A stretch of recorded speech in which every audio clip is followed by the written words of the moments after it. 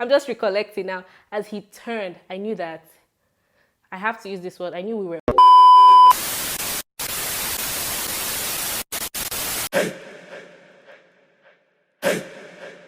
Hi everyone, welcome back to the channel. My name is Nancy. If you're seeing my face for the first time, hi. And if you're not, thank you for coming back, obviously. And if you haven't subscribed, please do the needful.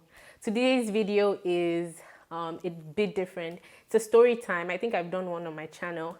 This should be the second one. And I don't know what I'm going to title this video yet, but I think, how would I say it while I'm thinking about it? I would call this a story of how God saved my life.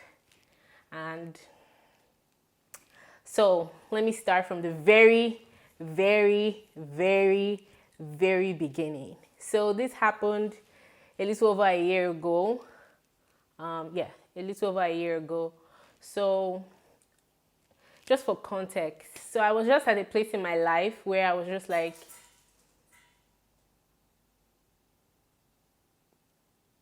I'm just going to leave that. I was just at the point. I was just at the point in my life where I would say I was just not. I feel like things were just not going the way I wanted, and I was just not at a good place mentally. And for that reason, I feel like my circle was so small. I mean, I've always been a small circle kind of person. I still am. But I feel like my numbers went down like drastically, and I just basically kept to myself. And I'm the kind of person that if something bothers me, I keep to myself. Maybe there's probably one or two people I share my thoughts or the burden in my heart, I share it with them. But normally, I'm just the kind of person, I'll be sad about it, internalize it, deal with it, and then move on from it. And that's just how I cope with things. And yeah, I just don't like to share too much. I'm not much of a sharer, in all honesty. So basically, I was just at that point where I was just, I was in my feelings. I was just not in a good place, actually. And around that time, I had spoken to myself, and I had told myself, you know what, I needed to get out of my funk. I needed to live life. I needed to, just find some connection to the world, So basically, I did that. And let me just add this now, why this story is important to me. Prior to, in this time frame when I was going through all this, when I was in my feelings, I had kind of moved away from God. I won't say move away, but I was just not at a place where I was praying. I was not at a place where I was religiously trying to fast. I was not at a place where I was religiously wasn't doing anything for my spiritual growth. Let me just use that. I wasn't doing anything for my spiritual growth. I was just there, and I had spoken to myself, and I had told myself that, you know what, it's time to get out of this funk. It's time to draw close to God. And I will never forget this, because I called a friend of mine, and I was telling her that, I feel like, she always knew. I was like, I feel like I'm ready to go back. I'm ready to start praying. I'm ready to start, being intentional and all of that. And we spoke over the phone, and she was like, oh, let's just try and fast. And I'm so happy that in that time, I heeded to that word. Like, I listened. Because every time I think about it, I'm like, yes, God's grace is there. But what if I didn't obey and I didn't give myself to God in that time? I was just thinking, but I will never know, and I'm grateful. That's not the point. So in that time frame, this accident happened on a Saturday. I fasted on a Thursday.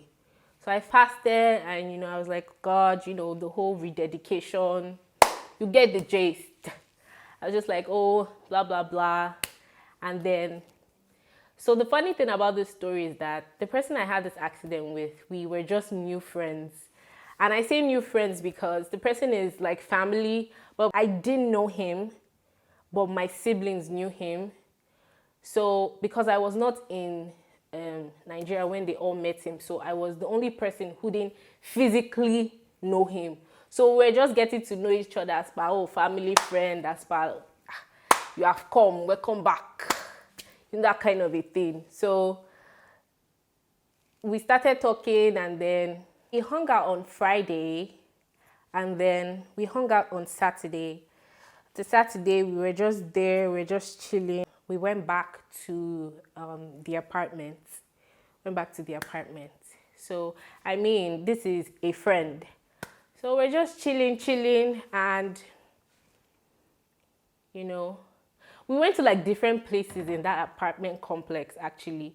So what was so funny was that when I had stayed over, when I not stayed over, when I had been there that Saturday, I stayed late, and I think it was like 9 p.m. and I was like, I want to start going to my house, this and that. And then, you know what's funny? So I was about to order my cab to go, and he was like, let's hold on, let him look for the key and drop me at the gate, and then I can take my cab from the gate, instead of having the cab have to come into the complex, the apartment complex or the apartment estate. And yeah, it's just a whole lot of process. And it was just like, let me just drop you at the gate, and then you can take the Uber from there. I was just like, okay, guys, you know the funny thing? We ended up looking for his car key for 2 hours, 1 hour, 45 minutes, 1 hour, 30 minutes. Like, we went downstairs, we went to the pool,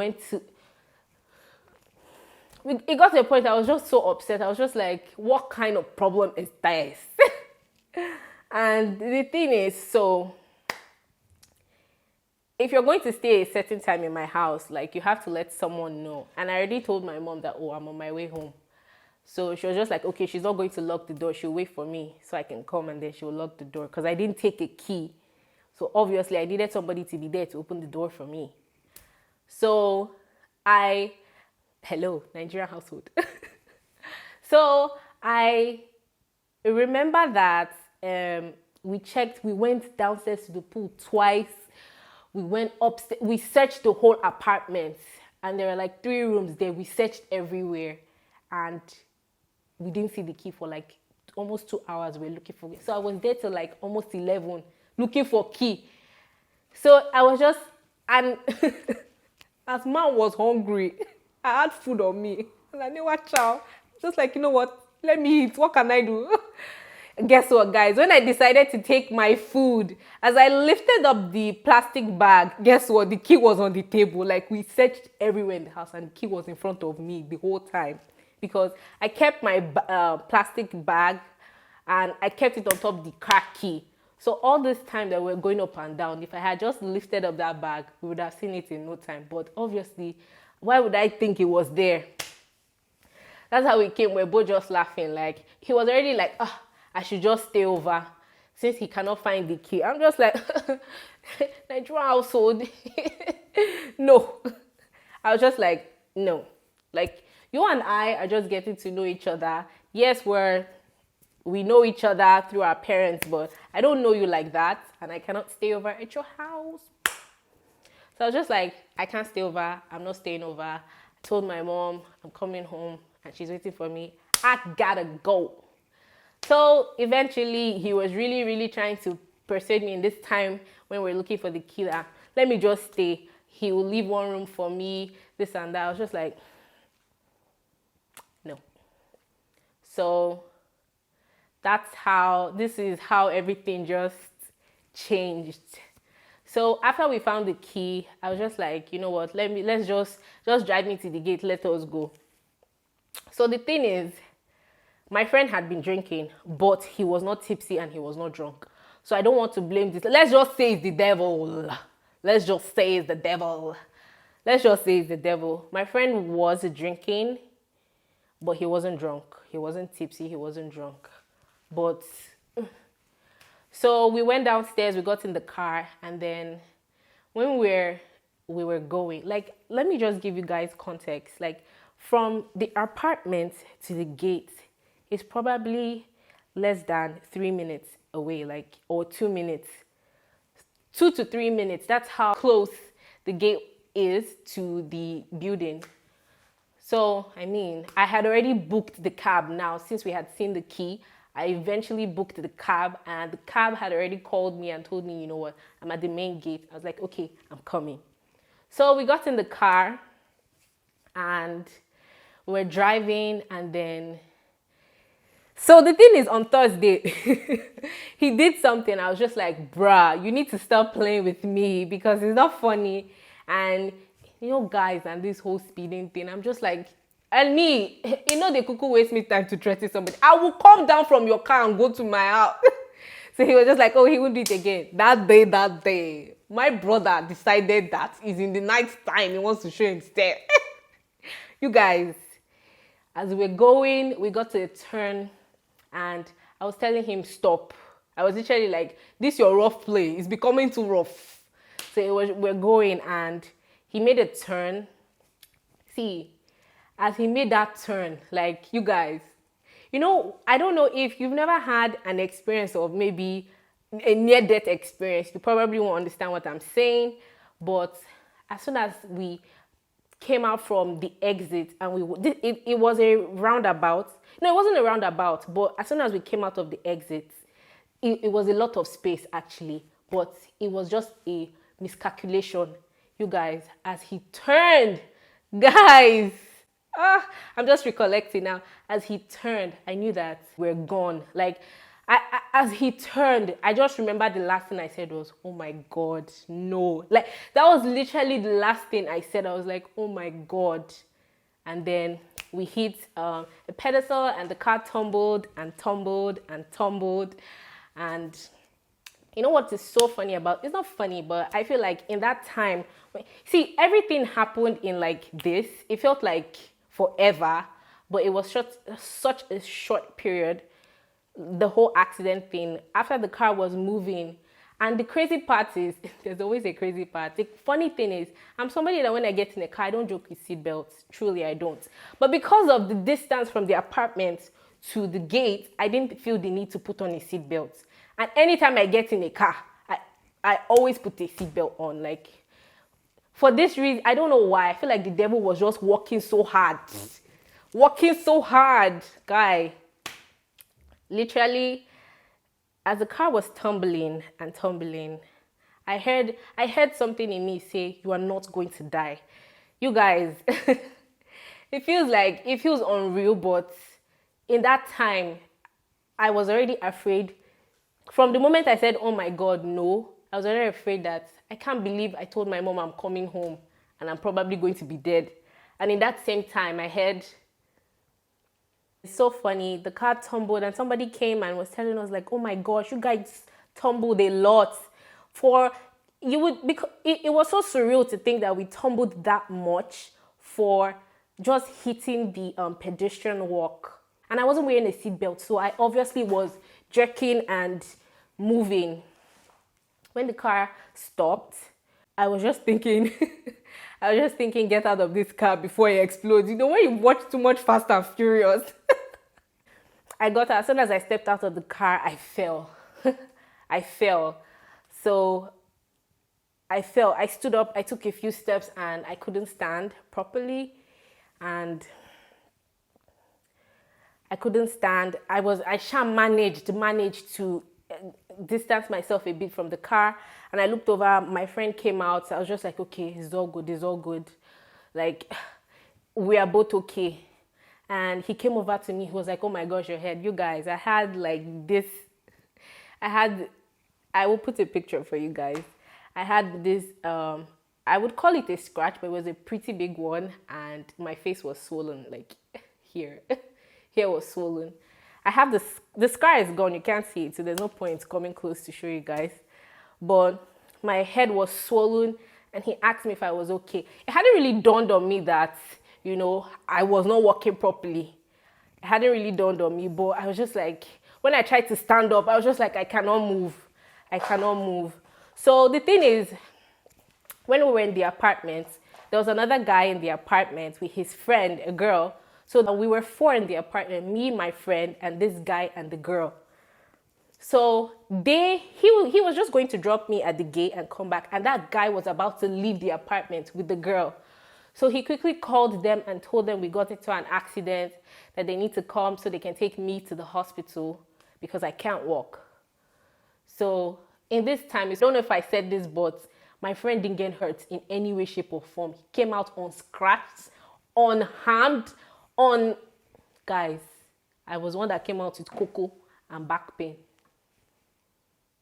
So surprising. For somebody that has a lot of tears in their eye, I did not cry. I was just thinking, hey, is this how my mother would have lost her daughter? Thank goodness that they hadn't gone. I was just thinking, thank goodness that they had, because they were literally, when we called them, they had just gotten down from the elevator. And like, what happened? They're like, oh, got in an accident. When you come out, you see us. So they came and we drove to the hospital. Where we had the moment was when we were trying to get to the hospital. So we went to one hospital. They were like, they don't have an emergency. We went to another one. They were like, oh, we have to go to their branch in VI. Ladies and gents, all this time I was thinking, who am I going to message in my family? Who? So I messaged the most loyal of them all. Please don't let your head swell when you watch this video. So I messaged my sister and I told her, don't panic, don't overreact, don't do anyhow. I got in an accident, but I'm okay. I'm not bleeding, I'm good. I didn't talk about the bruise on my head. I mean, I didn't consider that bleeding, but yeah. I was like, I'm not bleeding, I'm okay, but I'm having problems walking. I'm going to the hospital. That girl, very wicked, she just said, okay. I should have messaged another of my siblings. We were going, guys, that ride was not funny because I couldn't sit, like if you sit in a car, I couldn't sit. I had to like I was in the back seat and I had to like turn and then keep my feet like this. Even then it was so painful, so painful. But my friend was just saying, Nancy, I'm sorry. Nancy, I'm sorry. Like he was so apologetic. Nancy, I'm sorry. This and that. I was like, when you will not hear something, you will not hear what? I was just like, when you not hear something, see what you have cost me. But it wasn't like from a malicious place. It was more like you guys. I was actually still joking in that scenario. Best believe that I was still cracking jokes. So it was essentially when they go over like speed bumps. That's when I would just be like, it's a lie. This can't be it. So eventually we got to a hospital and yeah, I was able to go in and they checked me out, did an x-ray, did a CT scan, and yeah, they wanted to keep me overnight, but yeah, we're just considering the excessive costs. So in that time, I now texted my mom. I now texted her the same thing. I was just like, please, don't freak out, no long speech. That was literally how I started. I don't want to I was on my way home, and this happened. They've taken me to a hospital, this and that. So guys, you know the funny thing? Just because of the situation, and they said if I wasn't going to be admitted, I needed to be close by in case something happened in the next 24 hours. It's routine. So I had to go back, guys, to the apartment I did not want to sleep in. Guys, I had to go back to the apartment I did not want to sleep in. In my mind, I was just thinking, see, JJ, I would have just stayed.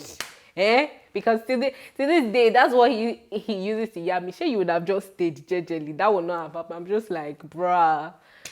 Like, I had to go back, and I'm telling you, it was like, as soon as my body was like resting, when I go back to the apartment, you guys, when I tried to get in bed, that's when I knew that I was really in for it. Like, the pain was a lot. They gave me painkillers, like really strong painkillers, because I was just like, the pain is like, the more I stay, the more I feel like it's getting worse. But sorry, I'm skipping. While I was in the hospital, I guess I didn't realize how serious it was going to be until days later. So when we go back to the apartment, the friend stayed. They had to stay, obviously, now because there's a patient. So we all had to go back to the apartment. All of us now slept in the apartment. So everybody took a room. I took a room. I was talking to my mom and I explained everything to her. And she was like, okay, just stay so you can be closer to the hospital. And eventually, I went home. I went home very early in the morning. And you guys, when I had to climb my stairs, gosh. And up until this moment, I had still not cried. Oh, when I wanted to go to the bathroom, I remember just wanted, like, I couldn't, like, obviously you like squat to go to the bathroom to, for the ladies, obviously. You guys, that was when I was like, first, when I was going up, there's an elevator there, so I didn't feel it. When I was climbing into the bed, I was like, oh, damn. When I was going to the bathroom, I was like, blood of Jesus. You guys, the bathroom one was the worst because every time I sat, the problem is standing up and like when I get into a certain squat position, like there's a level I'll get in my body is just like, bruh, you are trying yourself. So when I got to the bathroom, I was just like, gosh, this can't be it. I went home, I climbed the stairs. I didn't come downstairs for like 5 days. So after now I got home, I was in bed and I had to stay in my sister's room. She said I must tell this part of the story that she accommodated me. You guys. You guys, she managed to accommodate me because her bed was higher than mine. And like I said, the problem was getting to a certain squat position. It was painful. And her bed is higher than mine, so I had to stay in her room. And you guys, I don't like the way they treated me, but it's okay. We've moved past that. We have mercy. We have the compassion of the Lord. So I got home and I had to stay in my sister's room. And day one was okay. The pain, it was there. Day two, guys, was day three. I actually cried. I was just like, because I just felt like I was making progress, but not as much. And I was just scared that I would be in pain forever. And I would always have difficulty walking. And I was walking very funny. And I'll never forget day three when I went to the bathroom. At least I could shower myself. I could do all that myself. I would have to sit on a bucket. TMI, but I would have to sit on a bucket to shower. Like day three, I don't know, I went to the toilet and when I wanted to get up, just started crying because I was just saying this pain is a lot. That was the day I actually stayed. I cried it all out and I was just like, you know what? I'll move. I stood up and I felt like day four, after that feeling of why God, that kind of a thing, I stood up and day four was better. And I think day four, I had to go back to the hospital to pick up my results. And I went by myself. At least now I could take a few steps more. So I think it was day four or day five, I was able to go downstairs eventually. So I went downstairs and I went to the hospital. I picked up my results. And the doctors were like, everything is fine. I should just give it time because I was explaining to the doctor that when I stand up, it's like I can literally feel the nerve conduction going on in my back because it was my lower back and my lower back and like my buttocks, my bum. So like if I stood up or if I squat, I could literally feel the firing of my nerves, legit. So that was so painful because obviously the accident, the impact, and yeah. It was crazy. I went back home and, I tried to go upstairs, go downstairs, go upstairs, just so like, get this body to get used to it. And, obviously this story is not complete without thanking God for my life because in those first 3 days, before I had that moment where I actually broke down, I was just thinking, I'll never forget, I called my friend. I called her. She was just panicking. Like, I'm just like, even me that had the accident, I did not panic like this. Like, because I think I projected my worries a little too strong. I didn't tell a lot of people when it happened. I think I told like 3 people. And then it was not until like maybe a few months later that I eventually, like, I think I posted it on my WhatsApp or something. So, I'm so grateful for everybody at that time, especially when I first had the accident and I reached out to them. And, it was just crazy. It was just crazy because maybe I'm not really explaining how it was. But I every time I think about it, I can't help but think about the fact that I just heard you're not going to die. You're not going to die. Like, I'm so thankful to God. I'm so thankful to Jehovah Almighty, gave me another chance. So, yeah, we're here. We're here. After having the accident, I feel like I definitely don't like standing a lot because when I stand a lot, I feel it in my back. And I just don't like things that make me stand for too long. It's a lot better now. I feel like with time, it's getting better. Yeah. I'm grateful. I'm grateful. I'm grateful to still be here. You guys get to see my gorgeousness now. So for this story, you guys have to like and subscribe because they tried to kill me, but I'm still here. I'm still here. So like and subscribe. Nah, it's so funny, but yeah, that's the story of how God saved my life, I guess. No, I guess God saved my life, and that's on period. But thank you so much for watching, and I didn't know if I was going to share this story this early in my journey, but yeah, I just wanted to share now. And yeah, keep serving your God. If you believe in God, keep serving God, it pays. Keep serving Jesus, it pays. So thank you for watching, and I will see you guys in another video. T for thanks. Please subscribe. Bye.